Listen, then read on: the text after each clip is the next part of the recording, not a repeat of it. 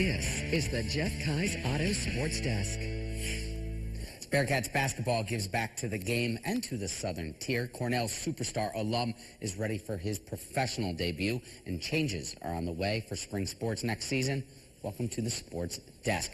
Binghamton men's basketball in town for the summer as Coach Levell Sanders is getting his group together as a whole for the first time this year.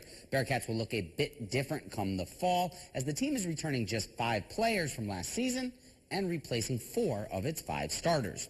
Coach Sanders says he's looking to create chemistry between all the new players heading to the Binghamton campus in 2025. Bearcats active in the transfer portal over the offseason, bringing in what Sanders hopes to be size and athleticism to the team. Binghamton also gaining some experience as 3 of the featured portal players will be seniors this fall. You're just trying to get guys to interact as much as possible, and so they get a chance to know each other, because that's the most important thing now. It's like, once you get everybody here, now it's like, okay, can we become a team? Can we get to a place where we can play for each other, we trust each other, we want to see each other be successful.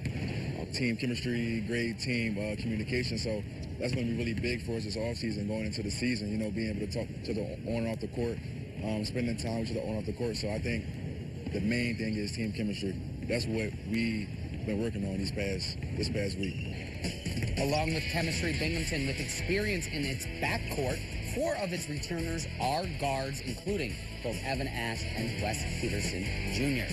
Bearcats also building chemistry with the Southern Tier community this week. Binghamton hosting a youth skills clinic for 1st through 6th graders on campus. The goal of the week-long camp is to create a connection between the program and the youth in the area through basketball, while also teaching the fundamentals of the game, those to future hopeful college student athletes. Letting the kids meet the players is a great feeling. I know when I was younger, I went to basketball camp and meeting those guys and be like, wow, like, these are awesome. And then watching them on TV is a great experience and be like, oh, I know this guy. He used to coach me and stuff like that. So just having that interaction with the community. Bearcats also hosting a camp for 7th to 12th graders later this month. You can head over to the 12 Sports homepage for all of those details. The much-anticipated professional debut for Cornell's C.J. Kirst, now official. The #1 overall pick will dress for the Philadelphia Waterdogs in Week 8 of the PLL season. That after being activated by the team on Wednesday. The top pick in this year's Professional Lacrosse League draft, playing for the first time this season on Saturday. Kirst was sidelined with a wrist injury that suffered during Big Red's run to a national championship. The Waterdogs enter Week 8 tied atop the PLL's Eastern Conference, that with the New York Atlas. Both teams are 4-2 with 4 weeks remaining in the regular season. Philadelphia taking on the Maryland Whip Stakes this weekend.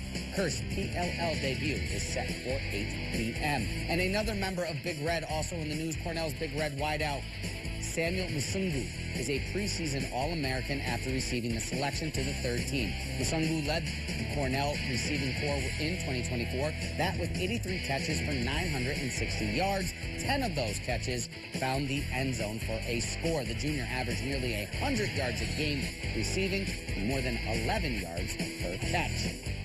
2 new rule changes going into effect for spring sports, one next season and one in 2027.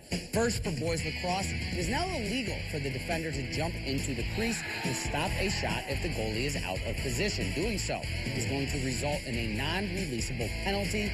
Also being added, a procedure call will be assessed to anyone whose helmet comes off in the field of play. Both rules are designed for player safety and will take effect next season. Then, coming in 2027, changes for high school baseball. The first being the installation of the double first base rule. The hope, cutting down on the number of collisions between a runner and an infield. The double first base also being used right now in softball at all levels. The rulings for both sports announced by the National Federation of State High School Associations. That's it for the Jeff Kai's Auto Sports Desk. We are back tomorrow with more, but right now I'm sending it back on over to Audrey for the rest of 12 News here at 11.